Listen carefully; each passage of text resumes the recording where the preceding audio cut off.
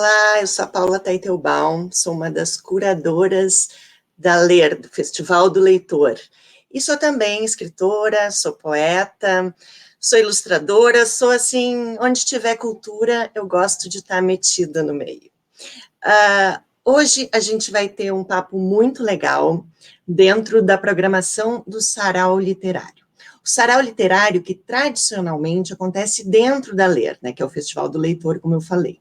E agora ela ganhou uma versão digital, que vai acontecer do dia 24 de abril ao dia 2 de maio, buscando ser o mais fiel ao conceito do nosso querido Sarau Literário, que é o de proporcionar diversas experiências literárias ao nosso público, tendo a poesia e literatura como fio condutor.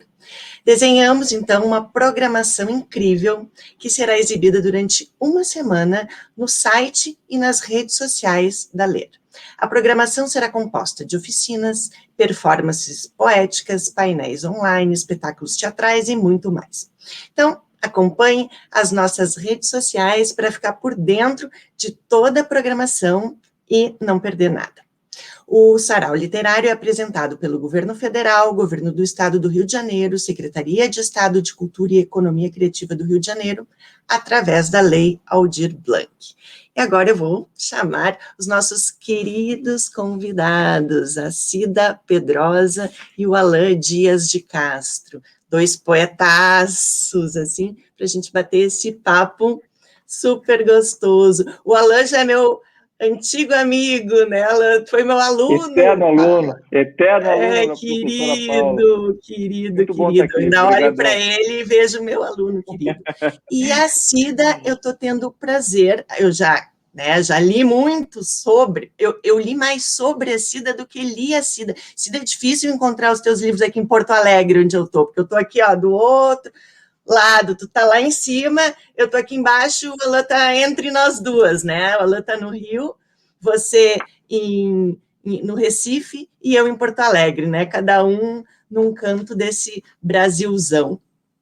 O tema do nosso papo é poetar é preciso, né? Poesia nos tempos da pandemia. Então, a primeira pergunta que eu jogo para vocês, né? Aí vocês decidem quem começa, é: poetar é preciso? Na vida de vocês, a poesia é como respirar? Assim, é necessário para viver?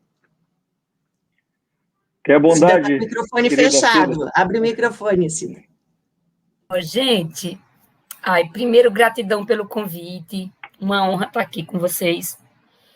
Para mim, poetar é absolutamente preciso. Para mim, poesia sempre me salvou. Sempre. Dizem que eu sou romântica, mas não sou, não. Eu sou até bem marxista, mas eu acho que em momentos tão complexos, eu acho que a poesia cria um elo sinestésico entre a gente e o universo, sabe? Mesmo quando a gente está lendo uma poesia dura, eu não escrevo coisas fofas, nunca escrevi coisas fofas, mas independente do que seja, de que grau de complexidade, ou de dureza, ou de delicadeza tem a poesia, eu acho que ela tem essa capacidade de lhe cutucar, sabe? De dizer, tu é gente, acorda, sabe? E minha poesia sempre disse que tem uma função social, minha poesia tem função social, então poetar é preciso. Tu estava falando assim que é difícil me ler. Sabe por quê? Porque eu continuo de verdade sendo uma poeta alternativa, né? Eu nunca... Mas uma poeta, é importante falar, porque eu saí falando e eu vou apresentar vocês ao longo do papo, mas uma coisa, é uma poeta alternativa que ganhou o Jabuti em 2020 como o grande livro do ano solo para Vialejo, né? Então, assim, o alternativo também ganhando destaque naquilo que é tradicional, porque, querendo ou não, o Jabuti é um prêmio tradicional, é o maior prêmio literário que a gente tem no Brasil, então é legal ver o alternativo ganhando espaço nesses nichos tradicionais, né? Sim, porque o Alain também, a gente pode dizer que é um poeta alternativo, não? Olha, sabe, Paula, a minha poesia eu sempre busquei, antigamente, me enquadrar, era uma coisa que eu fazia muito nos outros, eu percebi assim, sabe? Então, era uma coisa, né, quando eu realmente, como eu falei no livro, encontrei minha voz, então eu percebi eu não consigo botar um rótulo, sinceramente. Até te dou um exemplo, assim, você sabe que há pouco tempo eu tive uma filha, né? e com 1 mês, 2 meses, as pessoas falavam, nossa, como essa criança é tal coisa, já disparava algum julgamento, alguma característica que ela jamais poderia supor que teria, né? Pela pouca idade. E assim é com a poesia, no meu caso, como as pessoas falam, nossa, quando a poesia é tudo que vem depois do verbo, para mim, é a pessoa que coloca, sabe? Então, eu não sei botar um rótulo na minha poesia, assim, se ela é fofa, como a Cida falou, ou se ela tem abordagem política. Eu sei que, para mim, de fato, respondendo a tua pergunta, eu ofereço o que eu preciso, né? Então, ela é necessária. Toda vez que eu botei um script para mim, todo sábado lançar um vídeo, parece muito generoso oferecer um poema, mas eu faço para mim também. É uma necessidade de me expressar e, como eu te falei, de encontrar minha voz ali. Então, é quase um alívio. Claro que não fica uma coisa olhando só para o próprio umbigo, né? Eu procuro temas, eu sempre falo pontos em comum.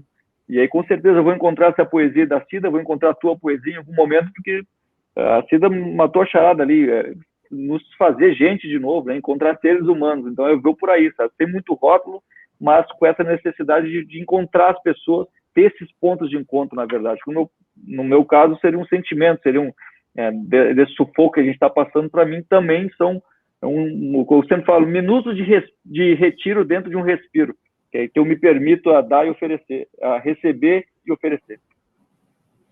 Cida falou, né, nessa questão social, importante dizer também que tu foi eleita vereadora em 2020, né, no Recife, e eu imagino que o teu trabalho esteja todo ligado com essa questão literária, cultural, né, da importância de ler, enfim, entre outras coisas. Mas o que tu considera, voltando ao que tu falou, né, resgatando ali, o que é uma função, a poesia ter uma função social, né? Como é que a gente usa a poesia como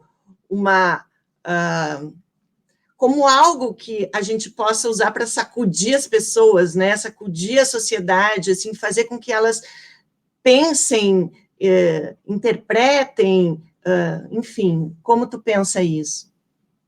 Bom, assim, quando eu digo sempre que minha poesia tem função social, eu digo minha, e não digo nem a, porque tem uma quantidade enorme de escritores que dizem que a poesia não se presta a nada, se presta a si própria. Tem umas criaturas que fazem um discurso assim, que a poesia não tem função nenhuma, a função é ela própria. Então, como eu não sou tão diletante assim, e como, para mim, a minha escrita poética é um ato político, eu existir, ser feminista, ser anti-LGBTQI-fóbica é um ato político, escrever é um ato político. Então, assim, e principalmente no momento que a gente está vivendo, que a gente está vendo o Brasil namorando com o fascismo, namorando com o autoritarismo, uma pandemia enorme. Então, eu tenho 40 anos de poesia e 40 anos de luta, e isso nunca se separou em mim. Agora, isso não significa dizer que minha poesia é um panfleto. Eu sempre tomei muito cuidado para ela não ser um panfleto, porque aí, se ela é um panfleto, ela deve ser poesia. Ela é uma propaganda política. Isso para mim, é a diferença. É quando você tem a construção e a luta pela construção estética. É fácil? Não. Escrever algo novo, diferente, nesse mundão onde já se escreveu tudo, não. Encontrar uma voz onde todo mundo já escreveu tudo, na verdade, você está se reescrevendo, relendo, com o teu mínimo olhar, o tempo inteiro, né? Então, assim, por isso que eu acho que, assim, tem função social. Eu não conseguia, se eu chegar junto do papel ou de um livro. E por isso que eu disse também que eu era uma escritora alternativa, porque eu só lanço por editora há muito pouco tempo.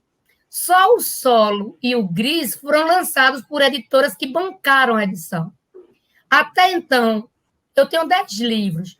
Todos os meus livros anteriores ou foram bancados da minha própria expensa, do meu dinheiro, do meu bolso, vendido mão a mão, ou foram dividida a edição. A confraria é uma parceria, você paga parte, a confraria paga parte. O meu livro, A Filha de Lite, a primeira edição, foi um projeto desse que a gente entra em edital. Então, assim, pela primeira vez na vida, eu tenho 57 anos, o ano de 2018 foi a primeira vez que eu editei por uma editora que bancou meu livro. Eu mandei para o Conselho Editorial, toparam, que é a editora que me edita hoje, que é a Companhia Editora de Pernambuco. Mas isso inclusive, eu estou aprendendo a lidar, porque é muito novo, tudo isso é muito novo para mim. E agora, começando pelo... Vocês acham que o lugar onde vocês nasceram, né? Porque o Alan nasceu no Rio Grande do Sul, mas já faz anos que mora no Rio de Janeiro. Mas o lugar que vocês nasceram, que vocês se formaram como leitores, né? Que vocês começaram a pensar poeticamente, a escrever poesia. Vocês acham que o lugar de origem de vocês inspira, né? Tem o próprio Vitor Ramil diz que aqui no Sul existe a estética do frio, né? Eu acho que lá no Nordeste existe a estética do calor também. Então, vocês acham que isso influencia, né? As palavras, o jeito que vocês escrevem? Com certeza. Para mim, eu ia citar justamente o Vitor Ramil, não só por esse estudo dele na estética do frio, mas por ele ser uma referência, né? A gente acaba tendo referências regionais. O próprio Ney Lisboa, que é outro cara que eu admiro muito. A minha poesia está muito voltada à música, né, Paulo? Eu comecei como letrista, então eu não consigo diferenciar, não sei se a Cida consegue, se você consegue, Paulo, diferenciar a letra de música da poesia, são coisas tão distintas. Para mim, elas andam muito juntas, né? E eu tenho vários compositores que eu admiro, inclusive no Sul. Essa parte gaudéria ali, de declamar poesia, é uma coisa muito forte, embora eu não seja, sou do interior, sou de Passo Fundo, né?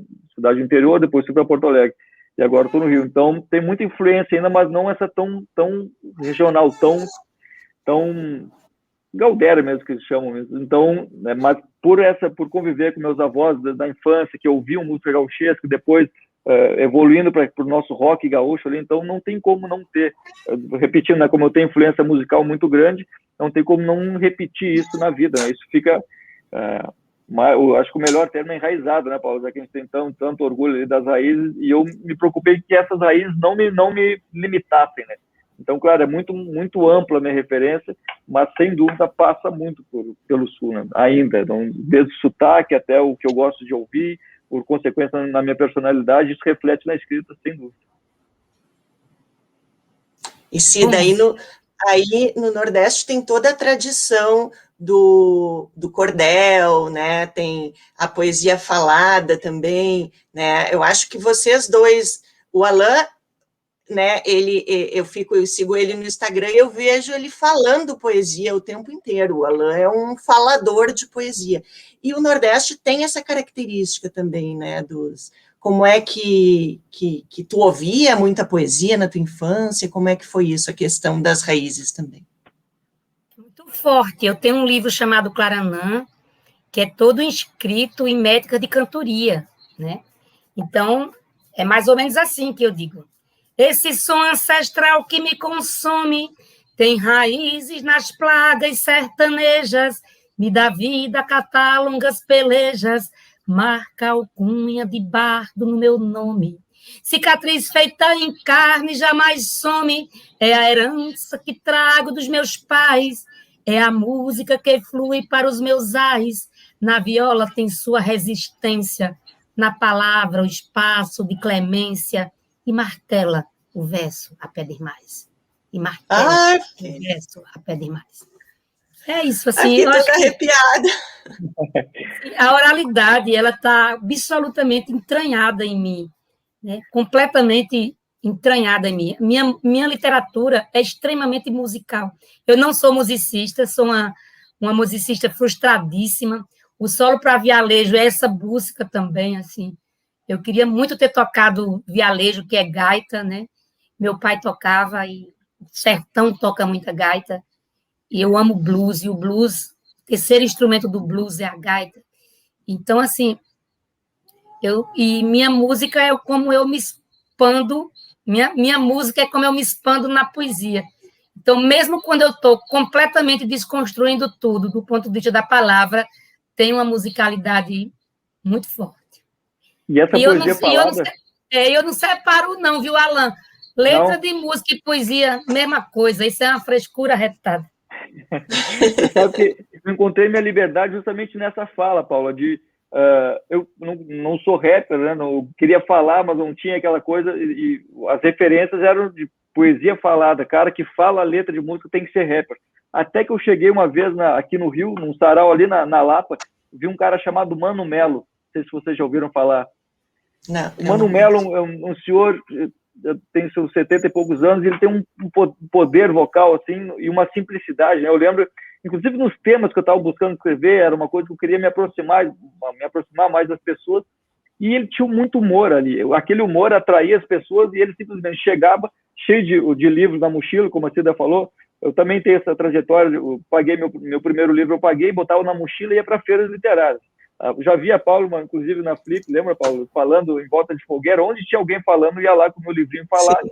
E eis que eu vejo esse cara, o Mano Melo, muita gente em volta, simplesmente pelo poder da oralidade mesmo. Ele chegava, ele tinha uns poemas clássicos que ele falava: fui eu que comi a Madonna. Ele falava que era ele contra Jesus mesmo. Assim.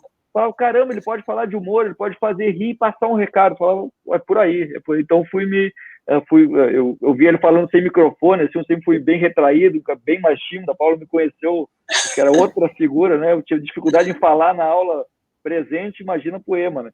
Então eu fui buscar essa referência nele, de ir para a rua, me expor e falar, e aí foi uma escola realmente, esses caras da rua. O microfone aberto era uma coisa que me deu uma liberdade muito grande. Assim. Fala alguma poesia tua para a gente ouvir.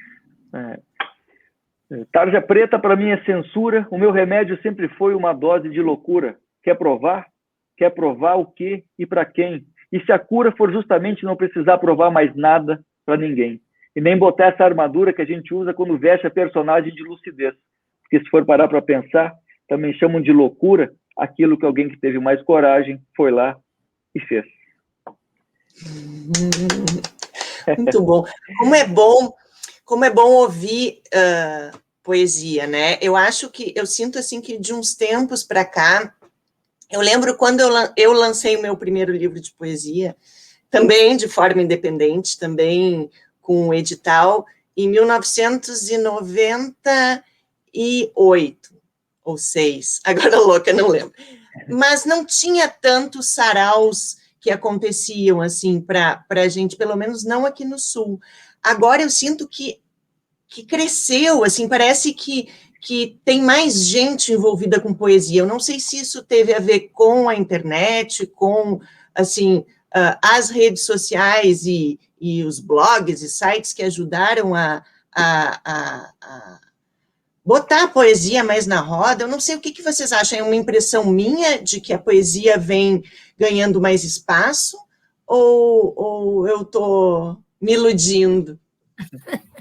Aqui sempre teve muito sarau, aqui que eu digo em Pernambuco, né? Sempre teve muito, assim, eu venho dessa história, né?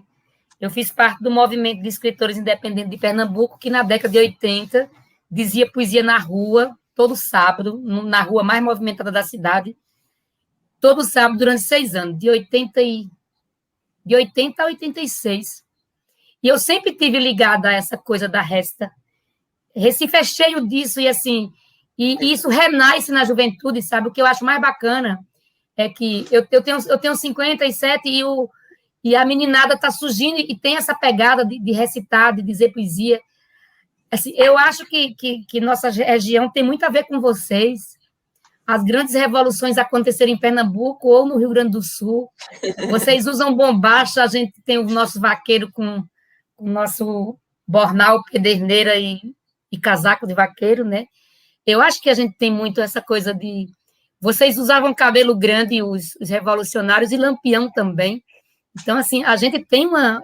Todas as vezes que eu penso no Rio Grande do Sul, eu penso muito na gente também. Vocês têm uma força musical violenta, assim, né? Vocês têm uma história que vem de raiz muito forte. Então, assim, é isso. Eu acho que a gente tem muito a ver. Deixa eu lançar uma outra pergunta. A gente já falou, né, que poetar é preciso, mas o que é preciso para poetar? Né? O que vocês acham que é preciso para fazer poesia? Né? Assim, o que a gente tem que mexer dentro da gente? Né? Da onde que a gente tira essas inspirações? Né? A inspiração não é uma coisa que cai do céu, mas... chega uma hora que não dá só para tirar de dentro, né? A gente tem que buscar fora. Então, o que é preciso para poetar, para ser poeta? O que eu busco, na verdade, como eu falei no começo, são os pontos de encontro. O que é isso, pontos de encontro? independente do que acredita, da filosofia, do partido, não sei o quê, aquela pessoa vai ter medo, vai ter sonho, vai ter sentimentos, enfim. Então, a minha poesia, se eu tivesse que classificar, seria nessa busca humana mesmo, enxergar o ser humano ali, e aí isso abre um leque gigante, né, Paulo, né, Cida?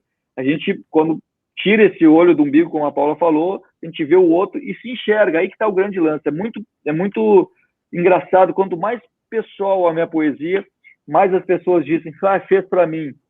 Poxa, esses dias é muito engraçado isso, quando eu consigo botar em primeira pessoa, aqueles poemas que às vezes eu tenho vergonha de falar, de tão pessoal, que eu me emociono, que são coisas que me tocam, às vezes as pessoas refletem no outro. Então, para mim, foi preciso tirar essa trava, assim, né? Tirar me mostrar mesmo, para enxergar o outro, por incrível que pareça, né? Um exemplo clássico foi um poema agora que eu falei sobre saudade, faz 1 ano e pouco que eu perdi meu velho e fiz um poema sobre saudade, sobre não aguentar mais a situação de não ver amigos e tal, e aí trouxe justamente isso, saudade da minha mãe, ligo para ela que fala que tem saudade do meu pai, que sentia saudade da avó. Então, uma família, e as pessoas levaram esse poema adiante pra caramba, assim. Então, eu tive que desmistificar a saudade, trazer ela para um outro ponto de vista, para a visita de alguém que eu gostava, né? Visita de alguém que está presente em mim, e isso repercutiu dentro de cada um, né? Foram visitados pelos seus. Acho muito importante esse olhar para dentro para enxergar o outro. Bacana isso, porque eu acho que essa coisa que tu falas, depois tu tem que dizer poesia também, Paula. Tu é poeta, se põe na roda. Tá. Eu sei poucas de cor, mas eu sei algumas. Põe na roda. Assim, eu acho que tem uma coisa que, dessa coisa de escrever, eu já falei um pouco sobre isso, que assim, tem gente que diz assim, eu escrevo, não estou nem preocupado com quem é que vai ler. Eu estou sempre preocupada com quem vai ler. Eu quero ser entendida, sabe? Eu quero muito me comunicar, de verdade. Muito legal isso, hein? Eu quero me comunicar, não tem essa história, eu estou nem aí, eu escrevi, eu sou uma mulher muito coletiva, eu sou a 15ª filha de uma família de 15, então impossível. Olha, tem que falar muito alto para ser ouvida. É impossível você ser egoísta, egocêntrico, impossível, absolutamente impossível. Então, e eu tenho mais 6 irmãos que meu pai namorou Isaura e nós convivemos a vida inteira, 21, então assim, é gente demais para se ser individualista, sabe? E aí eu tenho uma necessidade enorme de me comunicar. Por isso que, inclusive, a primeira coisa que eu faço quando eu escrevo um poema, eu leio em voz alta. Porque como poesia para mim é música, se ele não for bem no meu ouvido, eu mudo. Como eu preciso não só me comunicar, como fazer esse poema ter um som. Eu mudo até encontrar o som que eu acho que tem que ter, a palavra exata que dá aquela sonoridade que eu digo, pegou. Isso pega lendo, e isso pega alguém ouvindo. Ó, mais ou menos assim, ó. Esse poema aqui, que eu gosto que só desse livro aqui, ó, Gris, que é o meu outro livro da CEP, ele diz assim, relicário. Ele guardava moedas como quem guarda o livrinho da primeira comunhão. Ele guardava moedas como quem guarda o bilhete da primeira namorada. Ele guardava moedas como quem guarda o primeiro dente de leite do filho primogênito. Ele guardava moedas como quem guarda o frasco vazio da primeira lança-perfume. Ele guardava moedas como quem guarda a água benta pelo Papa Francisco. Ele guardava moedas como quem guarda a mecha loura da primeira prostituta que beijou. Ele guardava moedas como quem guarda manhãs, como quem guarda sorrisos, como quem guarda o subversivo voo das borboletas, como quem guarda o adeus do amor que partiu. Ele guardava moedas como quem nasceu e não viveu. Uau, é um refrão, né? É. Que lindo. Cida, me pegou muito que a Cida falou, Paula, de querer ser entendida, sabe? Eu já encontrei poetas assim, falando que ser entendido seria o fracasso, ser derrubado. Aquela coisa de querer falar difícil, de querer não ser compreendido, sim, sabe? De ser hermético. Exatamente, de que a poesia tem que estar lá para poucos. Isso me incomoda muito. Assim. Então, a minha busca é por democratizar a poesia, desempoeirar, que eu falo, tirar da estante ali, que é para poucos, esse papo de não vão entender. As pessoas não gostam, você fala que não gosta, você perguntar, mas quem que você está lendo? Quem que você está buscando? Ninguém, né? porque tem realmente essa pecha de que é chato, de que é difícil entender. Isso, para mim, caiu na medida, assim, é o que eu busco. Não é chato se você buscar o que você vive. Então, eu troco palavras, inclusive, para que fique sonoro. Eu falaria essa palavra tão elaborada, esse texto. Claro que eu não vou simplificar para outros ficar... O que é medíocre não também é muito pessoal, né? Mas eu tenho essa preocupação assim, de encaixar palavras que eu usaria, que eu falaria para vocês aqui, para que fique natural, né? Então, a fala interfere demais na minha escrita. Eu tenho demais também essa preocupação de ser entendido. Então, identifiquei bastante com o que você falou, Cida, de ter essa preocupação, sim, de chegar nas pessoas, de ser entendido, afinal de contas, né? Não ficar uma coisa falando sozinho. Como eu falo poesia, eu brinco muito, que eu passei anos falando sozinho, querendo falar para outros poetas, falando, então, sabe, até quando? Então, eu precisei quebrar isso, desempoeirar a poesia, simplificar ela, a minha poesia ali que eu estava querendo falar difícil, na verdade, estava falando era sozinho. Então, bateu muito. E às vezes, sabe, as coisas do falar difícil, é cada poesia ruim. É difícil, não quer dizer que é boa, né? Porque você botar uma armadura de palavras não significa que você escreve bem, né? Tem coisa mais singela e simples, que não quer dizer simplório do que Quintana. Puta que pariu. Quintana para mim, ele é a resposta de você conseguir escrever poesia e ser entendido, né? Quintana é isso. É uma delícia. Né? Então, assim, para que diacho você tem que encouraçar a poesia, botar poeira, como diz o Alan? Eu acho que nós estamos nessa mesma vibe, assim. O solo para vialejo, né? Algumas pessoas disseram assim, eu tenho uma amiga que eu adoro que disse, tu não sabia mais escrever, tu pegou um monte de palavras, jogou no livro, elas se espalharam, caiu de todo jeito, o povo não entendeu e te deram o prêmio. Eu digo, mas... Ai, que maravilha! Deu a sorte de rimar ou não precisou rimar, Cida? Só que o solo tem partes muito simples. E quando você se desgruda de tentar entender ele racionalmente, ele é uma grande viagem. Ele é uma viagem do som. É uma viagem do blues, do shot. Se você se jogar, você vai-se embora. Que poesia eu acho que tem muito disso. É se jogar, sabe? É se jogar e se espelhar. Que aí você se encontra na poesia, eu acho. Normalmente, quem escreve poesia é uma necessidade, né? Assim, a pessoa nem consegue não escrever. É uma coisa que se tu não escreve, se tu não produz aquela poesia, parece que está faltando alguma coisa, né? Eu acho que faz parte do viver. Aí, eu ia fazer uma pergunta, mas eu já vou me complementar, que era, vocês acham que a poesia nasce mais na dor ou na alegria? Né? Mas aí tu citou o Quintana, né, que é um poeta leve, que não é aquele poeta da melancolia, mas vocês acham que o sofrimento é mais poético do que a alegria? Eu acho que essa é uma das minhas buscas também. Você sabe que eu estou fazendo um livro novo e ele tem vários temas, né? Eu estou fazendo um livro em parceria com a Monja Cohen. E aí eu estava falando com ela e fui eu que escolhi os temas, né? E na hora, por sorte, eu não falei que fui eu que escolhi, né? Porque eu estava falando, temos ego, temos medo, temos raiva, rancor. Aí o último era felicidade. Ela falou, poxa, finalmente, né? Eles escolheram algum tema. Eu falei, finalmente eles escolheram. Então, essa minha dificuldade realmente de encontrar na alegria, poxa, por que não, né? Inspiração, dividir essa alegria, né? É tão mais fácil buscar na dor, dividir a dor.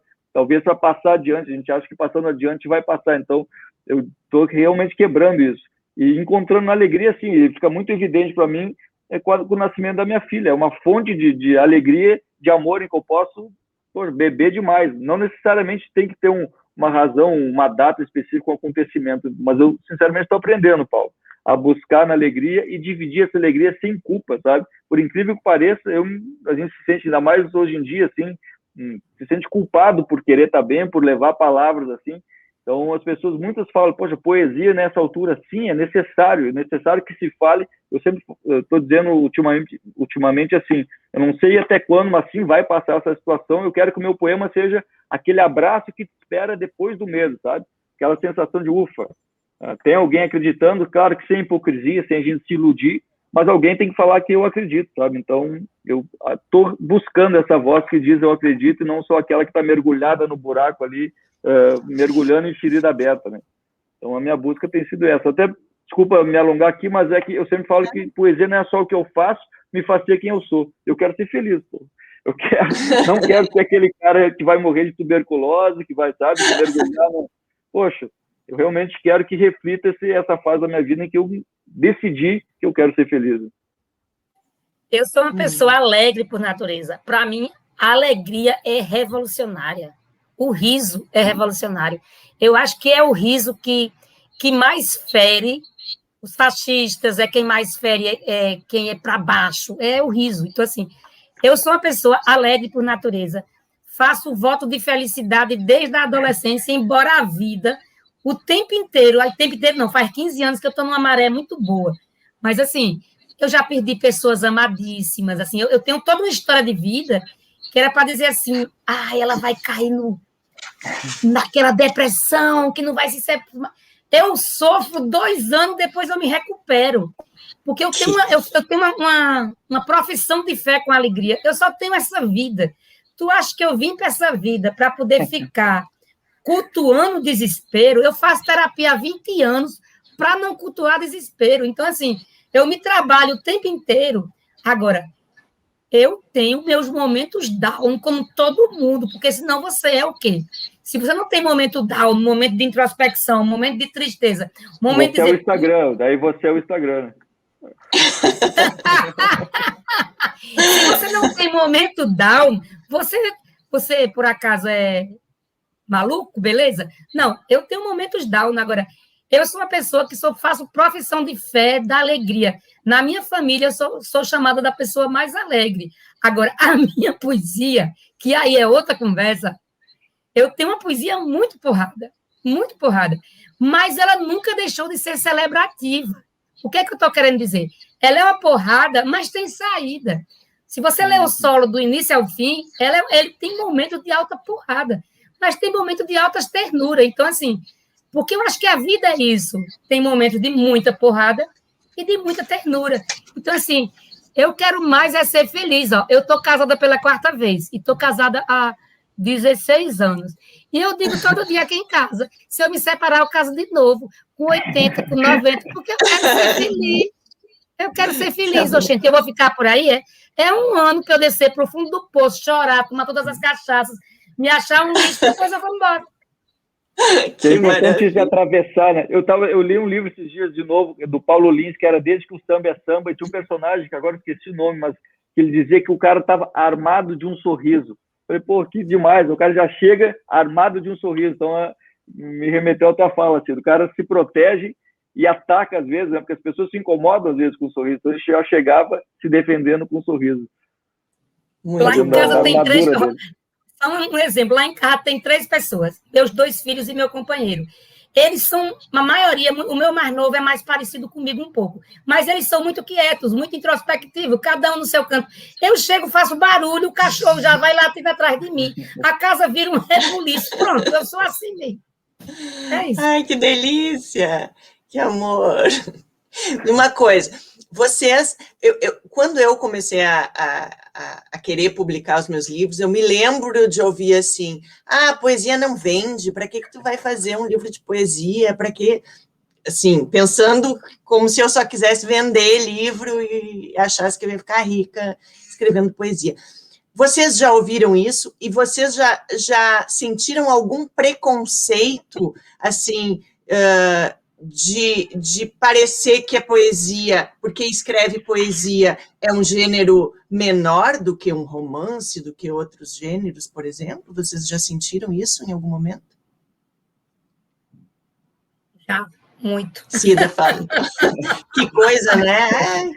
Já, muito.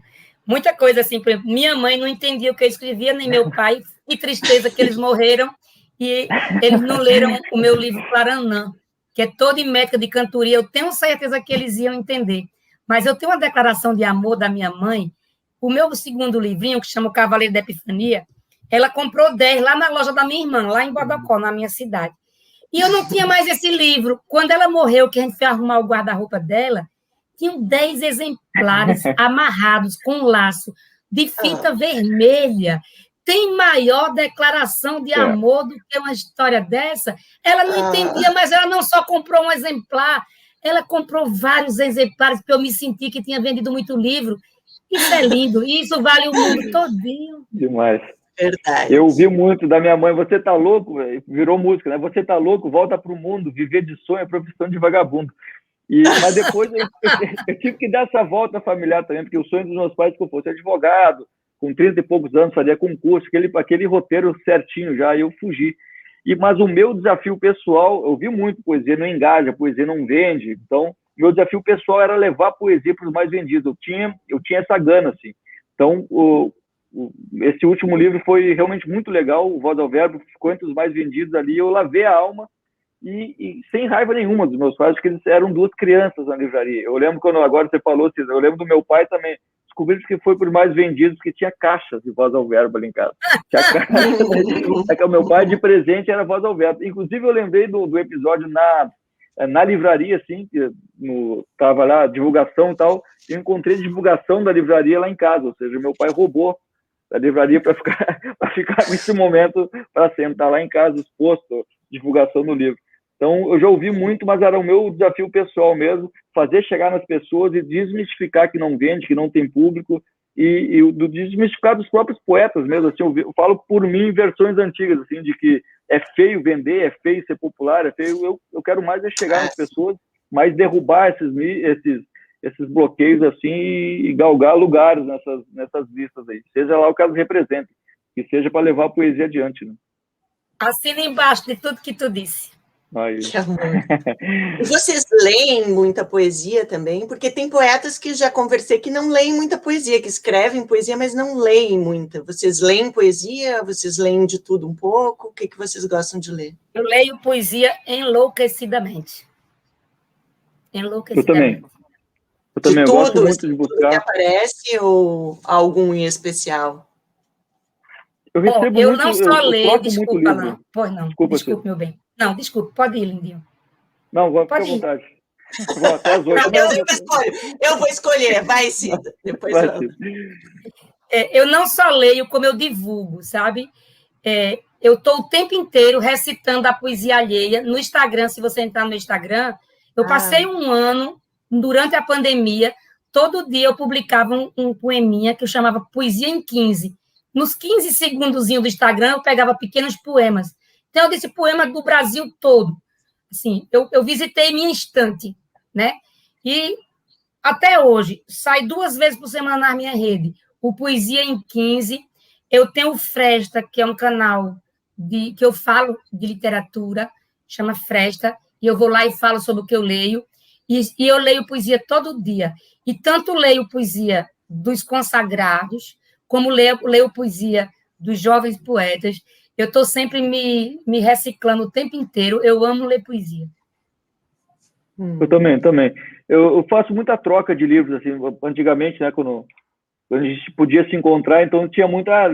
lancei um livro, a gente trocava, então tenho muito de novos autores, de livros novos. Inclusive, recebi esses dias muito legal aqui, ó, da Luciene Nascimento, Tudo Nela é de Se Amar, de poesia. Poxa, achei sensacional esse livro. Então, eu recebo muito também e busco, como a senhora falou, vou buscar os consagrados. Quis ter essa base, né, Paula?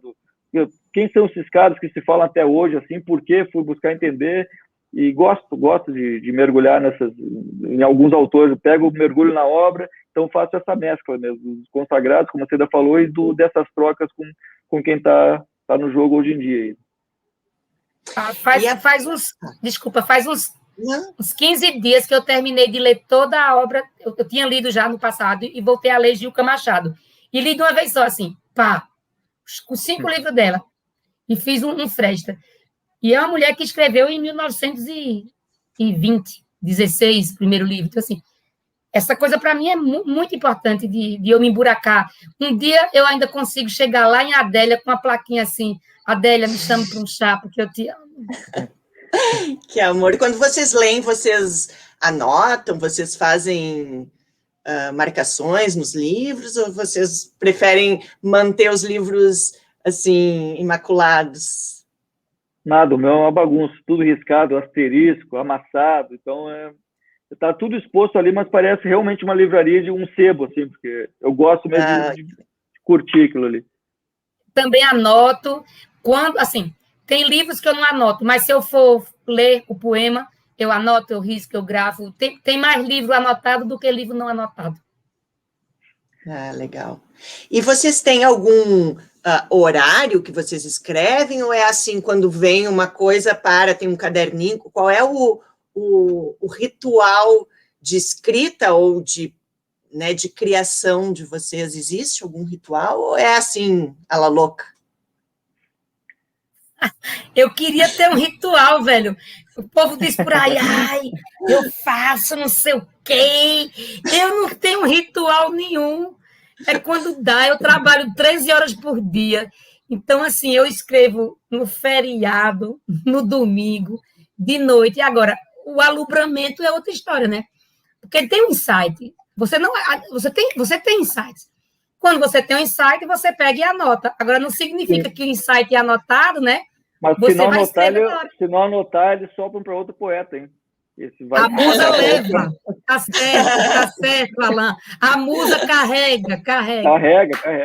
Tá aqui um negocinho, muito bom. É muito bom. Sou anotador maluco. Tudo que vem ideia, e eu tô nessa missão do Profissão Poeta, aí, então eu faço para mim todo sábado e tenho feito, faço publicidade, faço para empresas, então não tem esse momento de inspiração. A inspiração tem sido o compromisso, né? Mas é difícil realmente. Agora, ainda mais com filha pequena, se eu falo, não, vou como se quisesse botar de segunda a sexta, das 8 às 6, é impossível, né? Tô eu com essa cara amassada aqui justamente pelas madrugadas, botando na prática a inspiração. Então, eu botei como compromisso todo sábado para não ficar só dependente realmente da vontade ou quando der. Então, me botei essa regra, e só que nesse meio da semana aparecem vários compromissos de fato, né, que eu preciso entregar, que precisa dar satisfação, enfim. E isso não tem como sentar e esperar bater. Então, é exercício, chegar, pegar bem o briefing, trabalhar aquilo, desde as épocas de agência, né, Paulo? Então, tem essa... Tem que pagar as contas. Exatamente. E a minha vida, minha batalha tem sido viver da poesia mesmo. Então, eu mergulho nessas possibilidades que aparecem, e ao mesmo tempo me obrigo a lançar o meu para não ficar aquela coisa, não tenho tempo para mim. Então, eu montei na agenda um tempo para mim, e por consequência, o engraçado é que os trabalhos que aparecem vêm fruto desse trabalho que eu fiz para mim, sabe? Essa satisfação de fazer para mim mesmo acabou gerando a responsabilidade para viver disso. Então, acaba sendo um prazer, na verdade, por ser reflexo, consequência do que eu gosto de fazer, né? Na verdade, os poetas, eles pensam por analogia, né? Assim, tu tá fazendo uma coisa que não tem nada a ver com poesia, tá cozinhando ali, e daqui a pouco aquele cozinhar, mexer na panela, já vira, assim, uma analogia com alguma coisa que tem, né? Eu não sei se isso acontece com vocês, mas, na verdade, é o tempo inteiro. Qualquer coisa que a gente faz vira poesia, né? É uma coisa meio espontânea, assim. Eu tenho uma amiga mineira, a Adria Aleixo, que ela só produz cozinhando. Ela diz que os melhores poemas dela, ela está cozinhando. Eu tenho um pequeno poeminha meu, que eu fiz há, mais de 20 anos atrás, que é assim, um haikai, né? Compara o nosso amor a certas coisas que faço. Ao descascar batatas, não corto fininho, arranco os pedaços. E isso, na verdade, um dia eu estava descascando batata, literalmente. E assim, acho que eu estava sofrendo por amor e digo, nossa, isso aqui está igual à minha relação, assim, o jeito que eu estou descascando essas batatas. Então, na verdade, é isso, né? A gente vai fazendo essas analogias, eu acho que isso também que encanta muitas vezes as pessoas, porque elas conseguem se colocar no lugar. Eu estou muito, hoje, como escritora, estou muito focada na literatura infantil. Vocês já pensaram em escrever para criança? Vocês já escreveram alguma coisa para criança? Porque é muito comum, né, em algum momento da carreira ou da vida, pensar assim, bom, vou escrever para criança, ou quero escrever para criança, porque a criança, na verdade, é né? É a nossa esperança num mundo melhor. Vocês já escreveram, o Alain, agora com a Serena, já pensou em escrever para ela alguma coisa, Eu poesia? escrevi antes, eu tinha feito já um livro, antes de lançar meu primeiro de poesias, eu fiz um chamado Banda Bandinha, que era uma banda, 4 meninos da Inglaterra, inspirado não sei em quem, mas enfim, fiz uma analogia assim, que era crianças assim, e contavam história através de músicas, e não levei adiante. Tanto esse infantil quanto meus primeiros livros, eu bati muitas editoras antes, eu tinha essa esperança, sabe, Paula, de que agora alguma editora vai descobrir, vai lançar, e graças a Deus eu desmistifiquei isso, e passei a produzir para depois ser chamado, entendeu? Foi o processo contrário, assim. Então, eu fiz o infantil, que acabou ficando na gaveta, e hoje em dia ainda não bateu a vontade, sabe, Paula, de escrever para a Serena, assim, já fiz poemas para ela, mas um livro, assim, ainda não identifiquei a linguagem dela ainda está só mais por sorrisos e, olha ali, fez só meio monossílabos ali, então ainda não bateu essa vontade, mas poemas já, direto, assim, uma linguagem muito mais para ela, eu faço realmente para ela, como se ela fosse entender, então bateu forte isso, mas uma história infantil com personagens e coisa ainda não veio. Nem fui buscar.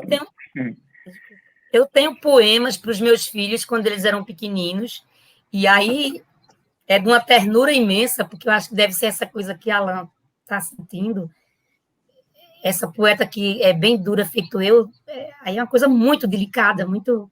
Tenho vários poemas para os meninos, publicados, alguns publicados em livros, muitos não publicados. Tem um poeminha bem pequenininho, que o meu filho Francisco, ele ficava pelado, sentado no chão e comia manga, e ele se melecava todo.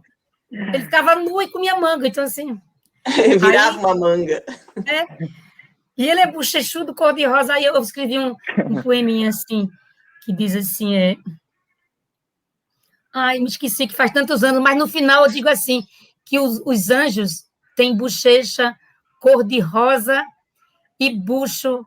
Não, os anjos têm bochecha melecada e bucho de manga rosa, uma coisinha bem... que ele se mexilhava todo. Aí, essas coisas assim, bem delicadinhas. Mas eu tenho tanta vontade de escrever para criança. Eu já tentei. Mas eu fui sempre uma leitura muito ardorosa de literatura infantil, porque toda noite eu lia com meus meninos, toda noite. Então, lá em casa tinha uma biblioteca absurda. E eu mesmo, quando criança, li muito também. Então, assim, eu acho que eu sou mais exigente para a literatura infantil do que para a literatura de gente grande. Porque literatura infantil, eu leio cada porcaria. E eu digo, como que já pensa que criança é burra? Então, assim... Esse é meu problema, exatamente. Não entender a ponto de subestimar, entendeu? Não pode subestimar. Aí eu sempre eu digo, não é... Quando eu começo, eu digo, ou é piegas, ou é burro, ou é educadinho demais. Então, assim... Quem sabe um dia, mas né? uma hora vem, vai vir, tem que vir. Sabe, agora está falando da Serena. Na verdade, o meu primeiro livro infantil que eu escrevi, que eu lancei, que se chama Palavra Vai, Palavra Vem, ele foi todo feito em cima da palavra Clara, que é o nome da minha filha, que tem 20 anos. Eu acho que eu escrevi ela, eu já devia ter uns 6 anos. Mas é assim, começa. Clara chama a mãe lá da janela, e a palavra Clara voa longe que só ela. As palavras, depois de serem ditas, diferentes de somente escritas, abandonam as vozes e viajam pelo céu. Flutuam invisíveis e silenciosas, quem sabe buscando um poema ou uma prosa. E assim vai a palavra Clara se misturando. Lindo. Aí eu me apaixonei pela literatura infantil. Mas eu só consigo fazer poema. Assim, todos os meus livros infantis são poéticos, assim. É muito difícil para mim me distanciar da poesia, sabe? Eu já tentei, assim, outros gêneros, mas eu não consigo. E a Clara agora? A Clara é uma grande poeta, sabe? A minha filha, ela está com 20 anos agora. Ela escreve muito bem. Claro, ainda é aquela coisa, assim, de ter vergonha de mostrar, mas ela escreve muito bem, assim. Eu fiquei muito feliz que ela tem poesia na veia, né? Que eu chamo. Meus 2 filhos escrevem também. É tão bom, né? Assim, e escrevem bem, todos 2. Mas vocês já tentaram ir para outros gêneros? Ou vocês só escrevem poesia e textos poéticos? Como é que é para vocês? Eu tenho 2 livros de contos pela metade, porque preciso ter tempo para me dedicar para terminar. Eu gostaria de escrever um romance, sim. Eu tenho algumas ideias, quero levar adiante. Eu penso, eu tenho várias crônicas, vários contos. Eu gosto muito de contos curtos. Assim, uma vez eu fiz um curso que era focado em contos, aí destravou, assim. Eu tinha aquela, de novo, né, a mania do redator de simplificar tudo numa frase. Aí então tive que, dar uma página, dar um capítulo, dar um livro, né? Então, para mim era mais simples, né, se ele botar ali no de repente, uma frasezinha de efeito resume um livro. Não, então vamos desmiuçar isso, vamos contar com calma. O exercício é esse. Eu quero muito lançar depois um romance, alguma coisa assim, mas adoro contos. Beleza. Que legal. E onde é que a gente encontra, assim, quem está assistindo? Adorou vocês, quero comprar os livros da Cida, do Alain. Vocês têm algum lugar, assim, que as pessoas na internet possam encontrar com mais facilidade? Ou... Não gosto de dizer que tem na Amazon. Não, me sinto muito, mas eu vou dizer, mas a conta é minha, tá, gente? Tem na Amazon, sim, e a conta é minha e o dinheiro vai para o meu bolso, tá? Então tá ótimo. Boa, comprem de boa, tá? Muito Lá bom. vocês encontram meu livro Gris, meu livro As Filhas de Lilith, vocês encontram meu livro Solo para Vialejo e meu livro Claranã. Porque olha, quem já foi vendedor de livro próprio nunca deixa de ser. Então eu pego pelo preço de capa nas editoras e eu continuo vendendo meus livros. Agora, como eu não posso estar de mão em mão por aí, eles estão no Amazon. Os meus 2 livros editados pela CEP, Companhia Editora de Pernambuco, vocês encontram no site da CEP. E como essa relação de distribuição no Brasil ela é complicada pra caramba, né? Principalmente quando você está com uma editora pequena, né? Eu não sei se tem na livraria. Tem algumas livrarias que tem o solo, mas vai no Amazon que está tudo certo, a conta é minha, o dinheiro vai para o meu bolso, isso é ótimo. Então tá ótimo, isso que importa. Para mim, acho que foi a maior realização com ter fechado com uma editora grande, foi a alegria dos meus pais em chegar na livraria e achar o livro, né? O meu pai era aquele que chegava, tirava de baixo, botava em cima, sabe? Botava ali em cima da pilha, batia a foto ali e mandava. Mas tá também nas livrarias, está na Amazon, todos os sites de compra online. À disposição, o livro Voz ao Verbo. Deixa eu fazer o meu jabá aqui, Paulo, posso? Deve. Voz ao Verbo, Poemas para Calar o Medo. Quer ler um poema desse livro? Posso ler, sim. Tem um poema que foi o poema que foi, de repente, tem aberto vários caminhos, assim, foi um poema chamado Amizade Real, que fala a frase que eu mais quero dividir com as pessoas daqui a um tempo, que fala trocar aquela coisa do calma vai passar por calma tô passando aí, né? Pra gente voltar a se encontrar. E tem muito isso dessa questão do online, a gente tá... Deixa eu ver se eu acho aqui... Amizade Real, 49. Dessa coisa a gente tá junto, mas separado na mesma casa, no mesmo cômodo, assim, a gente não se encontra, embora no mesmo ambiente, né? Então, esse poema fala disso. Deixa eu achar aqui, para não me perder. Está aqui. Vamos lá. Quando a gente se tranca no nosso mundo, precisando de uma força, e às vezes sem força nem para pedir, é muito bom receber aquela mensagem dizendo calma, vai passar, mas a que muda tudo é a que diz calma, estou passando aí. Faz toda a diferença contar com alguém que entra no universo da nossa solidão, ignora aquela placa que diz fechado para visitação, abre a porta, fecha as janelas do computador e parece que te puxa, te traz de volta para a vida real. Isso já muda a tua realidade. Alguém que troque likes, mas por sinceridade, e que te faça trocar aqueles 5.000 amigos do Facebook por uma boa amizade. Esse não está só te seguindo, está te acompanhando, está junto. É quase como dizer, você está perdido? Eu estou também, porque às vezes a pergunta não é para onde, é com quem. E quando a gente está lado a lado, fica fácil perceber a diferença entre receber um coração e ser amado, entre aqueles que estão online e quem está conectado. Eu nunca entendi, sinceramente, o conceito da tal da empatia, até perceber que, na prática, a amizade real não precisa de muita teoria. Às vezes, basta servir de companhia, em silêncio. E não significa que você ficou no vácuo ou que acabou a bateria. Significa que você recebeu a mensagem. E, às vezes, Melhor do que dar uma resposta é dar ouvidos. Você não sabe o que falar? Tranquilo, porque tua presença já vai ter respondido. Isso aí, amizade real. Que lindo! Cida, eu queria também que tu lesse um poema do Solo para Vialejo, que foi o... Deixa eu pegar aqui. Eu tenho feito aquele negócio de minuto de sabedoria, porque é um poema único, né? Aí eu estou testando para ver se o livro consegue se sustentar lendo partes assim soltas. O livro é um poema grande, que eu vou falando de uma diáspora, né? O acampamento cigano, o acampamento cigano, o acampamento cigano. A encruzilhada, a fogueira, a encruzilhada, a fogueira, a encruzilhada, a fogueira, a fumaça, a fogueira, a fumaça, a fogueira, a fumaça. A fogueira, a fumaça, a fumaça, a fumaça, a fogueira. Folguedo, felicidade, fervilha. Fervilha, a filha em febre, a flor, formiga a face, folheia a fronte, flana a fome de festim, flautim, flautim. A filha flana e flama, feliz. Violões de 7 cordas, guitarra, violões de 7 cordas, guitarra, violino, craviola, violino, craviola, violino, craviola. Meia-noite, meia-lua, um grito rom, um gemer gadi. Improvisos depois da lua e meia. Improvisos depois da lua e meia. E o medo das mocinhas fugidias. A filha flana feliz e a família fica fula.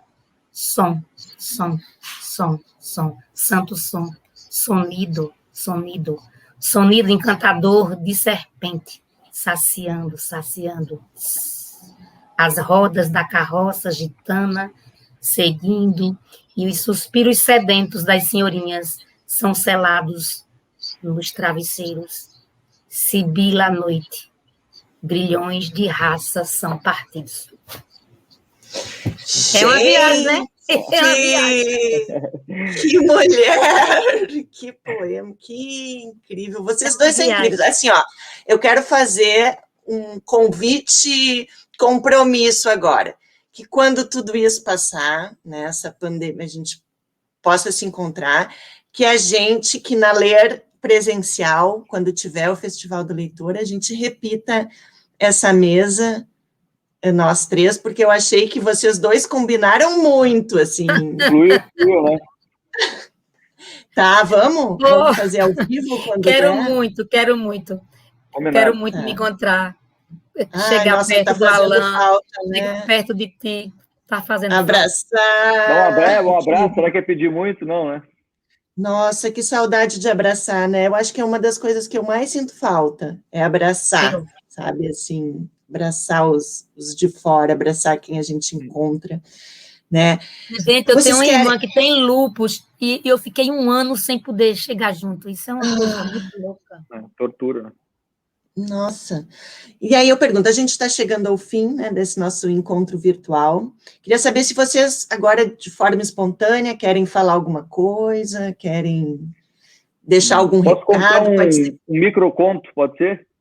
Claro, pode qualquer coisa. Então, legal. Vou falar um bem curtinho, que eu não me identifico muito com a personagem, a não ser o papo de sonho, aquela coisa de sonhos que a realidade vem dizendo que é impossível, enfim. Essa história é assim: o menino sonhava em voar, a realidade exigiu brevet. O traficante deu asas ao sonho do menino, fez dele avião. E esse menino chegou alto, voou alto demais, chegou ao topo do seu mundo, mas não deu tempo de curtir a vista, não. Porque lá de cima, com uma arma apontada para a cabeça, a realidade se apresenta como a paisagem se apresenta como a velha realidade. Na favela, morro é verbo. Curto. Demais. Porrada boa. Vou dizer um poema desse livro, Vou dizer um poema que eu acho mais doce. América. Todos já falaram de ti, América, menos eu. Eu falo do rio e das crianças que se escondem de trás dos manguezais, das mulheres e suas latas, da cata do dia e do pão da noite. Meu verso não tem essa grandeza, América, para te caber, para te saber, para te receber. Meu verso campesino e acanhado, periférico e alegórico, não passa das ruelas da minha cidade, onde cada tijolo é conhecido e os olhares não mais perguntam nada. Te vejo nos poetas, Américas, e sonho contigo entre meus braços. Te vejo no cinema e nas mãos das meninas dos sinais. Mas te respeito tanto, América, que não tenho coragem de falar de ti no meu poema. E assim, falo do jardim da minha casa, do carro de boi que geme na estrada, do acidente na avenida, do desencontro dos casais. Quem sabe assim te encontre, América, sem precisar te respeitar no meu poema. Te encontre, no olhar de baleia, nas pernas finas de Teresa ou na rima de Raimundo. Talvez assim eu te ache, América, e me livro do vexame de não ter a coragem de falar de ti em meu poema. Uau. Ai, queridos. Bom, só quero agradecer. Eu tenho que chamar a prévia da Ler quando eu for encerrar. Meu Deus, o que é isso mesmo? Não me lembro. A prévia da Ler. Eu esqueci. Eu estou tão emanada de poesia. Me lembrem aqui o que eu tenho que falar. Mas, assim, enquanto... o vídeo. Mas gratidão por ter me chamado. Ó.